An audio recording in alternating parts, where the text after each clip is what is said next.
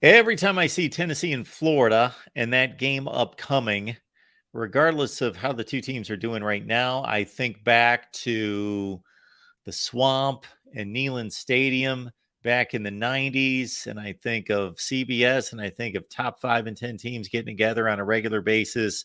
Philip Fulmer, Steve Spurrier. That's what I have in my mind. We got Dave Soderquist right here from High Top Sports to break down the 2023 version. Dave, what's going on tonight? Nothing much, man.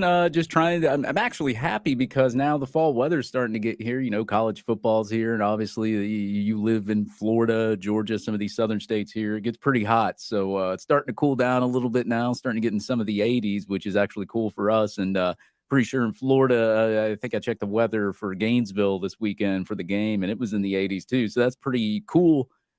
For the state of Florida, considering the temperature's been like in the 90s, and we're trying to dodge hurricanes here and there as well. See, it works the other way where I am. In Ohio, it's been 80 or 85 for about 4 or 5 months. So now that it gets down into the 60s and then even lower than that at some point, that's what we don't like. But college football helps us get through. And we've got a Florida team that obviously didn't show up too well in week one on the road at Utah because of, speaking of the TV portion of it, because of some of the contractual issues on Spectrum and Disney. I couldn't see the game. I was rudely shocked when I flipped on the game and was, uh, jilted right there at kickoff. But that aside, I looked at the numbers, I looked at the highlights. Graham Mertz put it up 44 times. That certainly, I can't think, was the game plan going in. Right. Yeah. It was kind of stifling a little bit to see that Utah was able to stop the run like they were. I figured Florida would at least have some sort of run game. Of course, you know you're replacing a pretty much a whole offensive line with Ethan White, Osiris Torrance, a lot of those guys leaving and having to bring in transfer portal guys like Damian George and Micah Mazuka and some other of those guys like Lindell Hudson. And I mean, Florida struggled there offensive line wise with some of the penalties there. Mainly Damian George there with some key third down penalties that probably could have put Florida in a better position, kept Utah's offense off the field. And of course, Utah, they come out the first play and it's a big bomb to the end zone and a floater that stayed up in the air for, it seemed like forever. And usually those balls are either incomplete or intercepted when they float up that high in the air and they stay up there that long. And unfortunately, somebody Miguel Mitchell, I think, misses his assignment, and RJ Moten has to kind of make up for it, kind of trips up Jason Marshall there, and it goes to the house instead. And not a good way to start the game. And it kind of was a prelude to how the rest of the game was going to look. And, very upsetting for Florida fans. I know that you're looking at the 8 starters out, the third string quarterback playing. You're like, well, Florida should have this one. I mean, they did pretty good in run stopping. And, I said Jaquindon Jackson was a guy to watch out for. They contained him pretty well. But unfortunately, the special teams was a mess as well. You had 2 number 3s out there on the field, 11 guys out there, and you have a chip shot field goal of 32 yards. You missed that. You hit a 31, and it was just completely. It looked like the team was completely unprepared. Not hurrying to the line and on third and fourth quarter when you're down 3 touchdowns, and it was a mess, but luckily, I mean, you go into game 2, McNeese State, and it looks a lot better. Obviously, it's an inferior opponent, and you should be able to do what you did to an inferior opponent there. So Florida did what they were supposed to do there. Looked a lot better. Still, special teams still has a couple of things to work on, but you played a little bit more complete that game. Less penalties, more situational things. Looking a lot better there in that second game. So now you're on to Tennessee, and just wondering, are we going to get that same performance that we saw week 1? And was it just the fact that we were playing an inferior opponent last week, or are we going to start seeing a more complete Florida team that can actually put it together there on the field? And specifically in week one, the offensive line, because you mentioned the running game in regards to being able to hold Utah down. But on the flip side, despite having 2 of the better backs in the SEC, the running game just was non existent. And so then you got to wonder, regardless of what happened against McNeese State, okay, is this the offensive line that we're going to see in the run game for the entire SEC season? Because that's not going to get it. Yeah, luckily you do get Kingsley Iguacan back this week too to hopefully bolster that offensive line there. And you had him out last week, and Yeah, Florida rushed about 300 yards on McNeese, a little over 300, passed for 200, and I really think that Florida in that game was trying to establish the run game, get some confidence in those running backs, that offensive line, because you're coming into a Tennessee game this week where last year they allowed only 35 rushing yards from Trevor Etienne and 18 yards from Montrell Johnson. And it's the same front seven that you faced last year. So, you go and look at some of the Austin Pease and the Virginians that they faced, and they were able to rush 70, 80, maybe 90 yards. So you're thinking, okay, well, maybe Florida can get some gaps and probably some of that run game going. And I'm really curious to see, if Billy Napier in this offense, if their plan is to run the football this time, if they look at last year's film, see what happens, see some of those breakdowns, and maybe if,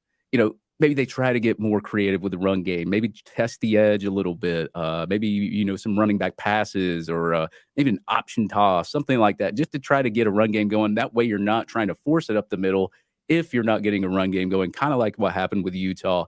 And I said it to one of my friends earlier this week. I said, we don't even know. It's only week 2. Utah may have a good front seven. They may have one of the best front sevens in college football. We don't know. But you're going to get another test this week and hopefully be able to redeem yourself in the run game, which is what Billy Napier loves to do in his offense. I'm just really curious to see what that game plan is going to be like. Of course, Florida shredded Tennessee last year in the backfield with Anthony Richardson, 453 yards passing. And really curious to see how Tennessee shores up the backfield there. They've looked a little bit better backfield coverage wise, but when you break it down, Billy Napier wants to run the football. You do have a quarterback that can pass those intermediate passes a lot better than Anthony Richardson's. He's more accurate. He has I think a 70% plus completion rating right now, 72.6%. So when it comes down to it, I think that Florida, they're going to have to scheme something up if they can't get a run game going. And hopefully they learn from Utah and hopefully they can run the football in this game. Folks, check out High Top Sports. They do an excellent job on there, and we've had him on quite a few times, and Dave in particular. We appreciate Dave jumping on here to talk Florida football. Is Graham Mertz what you expected him to be through 2 games? Yeah, I would say so. You look back at his time at Wisconsin, obviously he threw a lot of interceptions. His touchdown to interception ratio wasn't the best. And I remember saying, well, maybe if you give him some more weapons, a little bit better of an offensive line. And I think actually the offensive line played well last week against an inferior opponent, but the week after the offensive line, I think Graham Mertz was kind of used to, being in Wisconsin, not having a great offensive line anyway. Still threw for 333 that game. And, yeah, I said that if you give him better weapons around him, he's looked a lot better than he has at Wisconsin, but we're still ready for him to make that next step. When do we get to see a Ricky Pearsall 50, 60-yard pass to the end zone, an explosive play out there? You saw it a little bit in the McNeese State game. I think that last touchdown was a pass to Ricky Pearsall, your biggest deep threat that you have on the team. But you also got people like Marcus Burke, who did miss last week, who flashed a little bit in that Utah game. You get him back for this game as well. You got Caleb Douglas. And, of course, Eugene Wilson, those jet sweeps to Eugene Wilson and that speed that he has. And I think that Florida's going to – you want to give the ball to your playmakers. And I think that you're going to see Eugene Wilson involved a lot more, maybe Aiden Mazzell, hopefully Andy Jean. We get to see a little bit from him as well. But, as far as Florida – and Graham Mertz looking a lot better than what he has looked a lot better, but I'm just waiting for him to take the next step. And hopefully he can do that against this Tennessee Volunteers team. A lot of people are going to watch Florida football for the first time this year. I know that the opening Thursday night was a nationally televised game, and so a lot of eyeballs on that game, but still it's SEC play. A lot of people are going to be focused in and seeing this team for the first time. On defense, who are the guys that we should look out for? For Florida, Scooby Williams and Shamar James have been on a tear right now as linebackers. I think Florida's only allowed, maybe a half of their missed tackles that they allowed last year, and they've really cut that down. They've also cut down the yardage that they've given up. And Florida right now, if you really want to look at it, Tennessee's been playing pretty well too, but they've only allowed 115 yards passing per game, only 75 yards rushing per game, whereas Tennessee, they've only allowed 87 and only 183 through the air. And if you look at the opponents, obviously people will say, well, Tennessee didn't play really tough opponents. Florida played a tough opponent, but looked really bad, but then didn't play a tough opponent and looked really good in that game. So, I mean, when you look at the spread, it's negative 6.5. And I believe that's pretty ample because I believe both teams on paper are matched up pretty well. I think one exceeds a little bit better than the other one. I think Florida wins a little bit on defense. Maybe Tennessee might win a little bit more on offense. They've been able to run the ball really, really well. I mean, Jalen Wright's rushed for a total of 233 yards. He's averaged 9.3 yards per carry, 5.44 yards after contact, and 10 runs of 10-plus yards or more. And Jabari Smalls also looked good, 162 yards, averaged 6.2 yards per carry, 5 runs for 10-plus yards or more. And, I mean, these guys are breaking tackles and just they're causing chaos over the field. And I think, when it was Shamar James and Scooby Williams, they're going to have a good matchup right here with Tennessee. And I think that's the matchup you really got to look out for because right now Tennessee hasn't had much success with Joe Milton passing the football. They've been rushing a lot more if you've looked with the eye test and looked in some of these games. And I think that's the matchup you really got to look for. Can Tennessee get some production out of those running backs? I think both teams are going to come into this game and try to stop the run because they know that Florida's bread and butter with Billy Napier has been the run game. And so far this year, Tennessee has been able to run the ball effectively. So I think both teams are going to try to stop the run early. And I think it's going to come down to whoever can rush the ball better. If somebody can get some run game out of this, they obviously might win the game. But I think they're going to force both quarterbacks to throw the football. And I think that's the matchup you look up for. Shamar James, Scooby Williams, Jalen Wright, Jabari Small, I think is going to pretty much decide this football game if it is close. You mentioned the 6.5 point spread, which, as I mentioned to you before we started to record, surprised me a bit. I thought Tennessee would be a bit more of a favorite, but they are playing in one of the great home field advantages in college football. It's been a long time since 38-6 over South Carolina late last season. There were a few L's after that, and then obviously starting off against Utah. So I got to think that this fan base is starved for a win against a quality opponent. It's been a long time. To be able to celebrate on a Saturday night is great, but also to just kind of to feel like, okay, we've got a little proof of concept here that this is headed in the right direction. Yeah, I saw a funny tweet earlier today that said, yeah, Florida finally paid, Scott Strickland finally paid somebody $500K so they could get a win last week against McNeese State to break the losing streak. But yeah, man, I mean, this is a game that, last year you didn't win any games against any of your rivals. And Florida fans right now are starved for a win against the rivals. I mean, the Utah game put a bad taste in a lot of Florida Gator fans' throats, so they want to win this game. So, I look at all the tweets and even me, just as a Florida Gator fan, it's like in a way, you kind of need this win. There's a little bit of pressure on Billy Napier right now. And if he loses this game, especially at home in a sold out stadium with fans just, yelling everywhere, I mean, the noise is going to get louder if he does lose this game. But, you do have other opponents on your schedule that I guess if you were to get a win later on, you could kind of redeem it and finally get a rivalry win on somebody. But right now, you really need this win right now against Tennessee. And this is the perfect, I can't say it's the perfect storm because both teams are evenly matched up on paper. But if you had a chance to beat a team that you're evenly matched out on paper and able to have a complete game, see the special teams able to execute all the way through 4 quarters, your offense and your defense be on target and not commit so many penalties. I think that is what you're really looking for in this game and what Florida fans, and I think that's going to be the key to victory right there. And Billy Napier just he got to do something to get these fans off of him on Twitter because they always say, "Oh, we don't read the internet or the tea leaves on the internet." Trust me, that they see it. Like that Steph sees it. So I think Billy Napier needs this win and he wants this win, and we'll see what happens, man. Here in the swamp.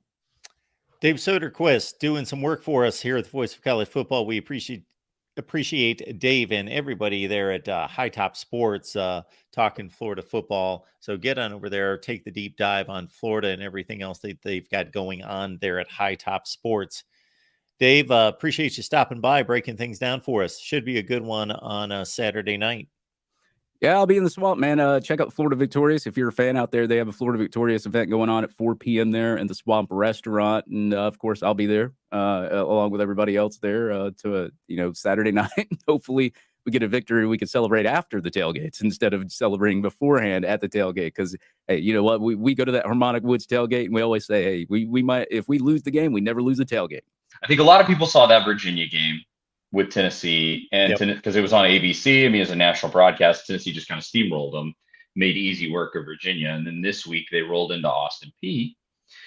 And there's a lot to this, and we kind of unpacked it on my show this week, this past Monday. But Tennessee only won 30-13, which, I mean, you don't take a hard look at it. You won by 17. Austin Peay's an FCS team. You probably should have won by more, but you go, you still won by a bunch. That's fine. But Tennessee just played really poorly in that game. It just seemed like they were kind of in a daze. It looked like they just thought, Tennessee was going to roll football out there and win by 60 without having to do anything. And that's just not how it works. Austin Peay came with a really good game plan, and they fought super, super hard. And their coach was crazy, acting absolutely crazy on the sidelines, like going nuts with absolutely everything that happened. And it took a minute for Tennessee to get separation. Eventually they did. They, technically speaking, they had the thing won at halftime, but it was just harder than it should have been. I would put it that way. And that spooked a lot of Tennessee fans, including myself, because, what better week for Tennessee to be completely off their game than the one leading into Florida, the one where Tennessee fans have the most psychological damage and just have you've lost so many of these games that you had no business losing. There have been so many years in the pretty recent past where Tennessee was just the better team, flat out, and they still lose to Florida. It's like Tennessee just finds a way to lose this game. You haven't won in the Swamp in 20 years. Tons of psychology there. Of course, the kids on the team don't really know that.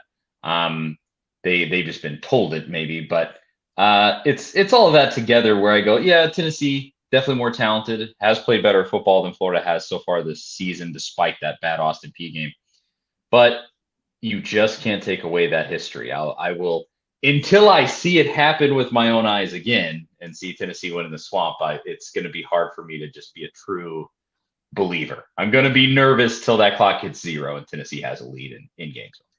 Yeah, it's been a one-sided matchup, and if Florida's defensive plan can go to any, or let me back that up.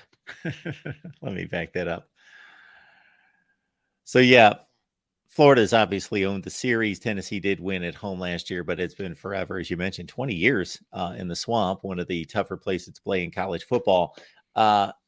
If Tennessee wants to make right some ills on defense, if there are any, not saying that there are at this point, because like many you alluded to, I saw a lot of the Virginia game, did not see one play of the Austin Peay game, just was curious seeing the scores updated, every few minutes, that they weren't pulling away.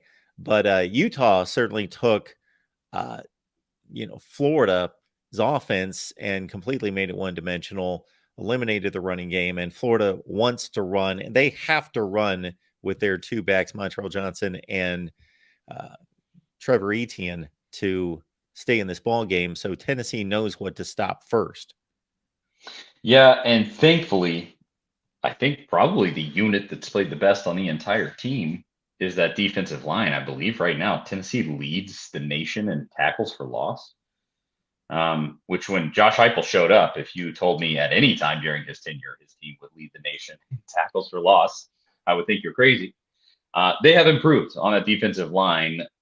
They're going to get, obviously, the first real test on Saturday because Virginia is pretty poor. So Austin Peay is obviously not great. But they, at the same time, those teams aren't great, but Tennessee ate them alive and was just constantly in the backfield against both of those teams. And so translate that over to maybe a team like Florida, which has a better offensive line, no doubt, than either of the two teams Tennessee has already faced. But I wouldn't say a good offensive line. They really struggled against Utah. I think ratchet Tennessee sack total back from 7 to maybe like 2, 3. And that's still a pretty successful day as long as those 3 sacks come also along with a lot of pressures and just generally being in the face of Graham Mertz.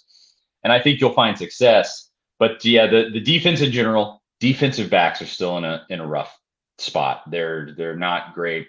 At least it doesn't seem like so far. But I think they're improved, which improving from last season for these defensive backs means they're playing at a not super high level, but still improved nonetheless. And I think the linebackers are good, even though there's a pretty serious injury at linebacker, Keenan Peely, who played excellent football in the game against Virginia. He's out for this Florida game. But, you take all that into account, and it's gotten me actually in analyzing this game kind of thinking like there's a scenario where Tennessee's offense doesn't play that well, and Tennessee still wins this game because the defense can actually come through. But there's a breaking point there. The offense can't play that bad because then the defense will just be on the field for so long that they just eventually are going to break. But I think there's multiple scenarios how Tennessee can win. One's a blowout. One's they play pretty good and still win by a decent amount. One is the defense kind of has to carry them and drag them, and the offense scores just enough to win. And then there's still definitely a scenario where Tennessee can lose this game. I don't think there's any doubt about that. And it's just which one is most likely, which one will really happen when cleats meet dirt down a game. When the cleats met the dirt at Neyland Stadium last year, Tennessee was clearly the better team, but Anthony Richardson kept Florida in the game and made it interesting in the fourth quarter. Now, a completely different dynamic at quarterback. You know where Graham Mertz is going to be. He's going to be right in that pocket where he's supposed to be. So he's a bit of a sitting duck. So the pass rush could be extremely effective in this game, as you mentioned, and tackles for loss could continue to be a big category for the Vols. I did want to ask about Joe Milton, of course, and his development. And let's start there on offense. It's a big, big question coming into this one. In the offseason, he had a soundbite where he said, "I don't lose in the state of Florida." And the one game he started in the state of Florida for Tennessee won. It was the Orange Bowl against Clemson last year. That was also the most high-profile, serious game that he's played. So it's true so far, but obviously it's a different animal to go down to a rabid Gainesville and win in the swamp. He has not played incredibly well to this point. He hasn't necessarily played just like wheels flying off really terribly, but I think a lot of people have that expectation of like, maybe he can play in the same stratosphere as Hendon Hooker, and he just really hasn't so far. And a lot of people have been questioning. They've gone very, very vanilla with the offense so far. People have been questioning, does Heupel trust Milton the same way that he trusted Hooker? Or is Heupel, being reserved to not put things on tape for Florida? I'm not sure that I subscribe to that because I think a lot of people just know what Heupel's offense is. They know what he's going to try to do. And so what's the point in holding back? Also, Heupel hasn't really done that historically, but you never know. Maybe he's kind of going, well, I have a new quarterback now, and I can actually hide. I don't have all of that down on tape for Joe Milton, and so maybe I can hide some of that. I don't know. We're going to see. We're going to see how much of this was gamesmanship or whatever. But just specifically in that Austin Peay game, he was a little inaccurate. He had a couple of just flat out bad throws. He had a number that were not right on the money, but came to the receiver a little too hot, a little inaccurate, and the receiver wasn't able to haul the ball in. And there were just some scenarios like that, and that can't happen. To win in Florida, those balls have to be crisp. They have to be on point. They have to be there. And then I also think, Heupel has not tried to take the top off of either of these defenses. I think both played with, their defensive backs essentially playing so far back that that you're not going to try to blast them over the top. Maybe Florida won't do that because they have better athletes. I don't know. But I expect there will be more vertical shots. There will be more pizzazz to this offense. They will try to pull out more stops and be, a little more creative in this Florida game because it's just, you got to win. You just have to. Like a lot of people have been saying, oh, Billy Napier has to coach desperate in this one. So does Heupel. I think it is imperative upon Josh Heupel. He doesn't need to panic or anything. I think if you're being honest, Napier's got to coach him for his job in most of the games for the rest of the season. That's a different thing. Heupel needs to be desperate in this one because if you can break through for a second year in a row, do something that hasn't been done in 20 years, kind of like beating Alabama last year, and more stuff like that. It's just going to take you to that next level and hopefully vault you into that elite echelon in college football instead of being in that kind of like number 2 area where you're presiding at the moment, 11-2. You got to win an SEC championship still. You haven't reached that. I think obviously this is a must win if you're going to get up to that level. So it's a lot of, there's probably more pressure on Billy Napier, but it's still a lot of pressure on Heupel. I think he needs to come in ready to do whatever he has to win this game. Is the running back distribution any different than you thought it would be? And the reason I say that is that we came into last off season, and I'm thinking Jalen Wright and Jabari Small, one of the best tandems in college football, and didn't know a whole lot about Dylan Sampson. I knew the name. And then the more I talked to guys like you and did some research, okay, Dylan Sampson's going to be part of this mix. And then boom, he goes off. And as I was counting off the touchdowns against Virginia, I was thinking, okay, is this just coincidence, or has he emerged as more of the guy than the other two? So Jalen Wright is actually, according to this latest depth chart that they put out on Monday, they took away the or on the depth chart. Before, it was Jalen Wright or Jabari Small or Dylan Sampson. They've taken away the or. Jalen Wright is the starter. And if you watch so far, he definitely has been the bell cow to this point. He's gotten the majority of the carries. But I mean, Jabari Small is perfect in that sort of backup, come in, get some tough yards. He just doesn't have the same kind of breakaway speed and toughness that Jalen Wright has. And then Dylan Sampson, he's been awesome. And he's the dude is so exciting as a player.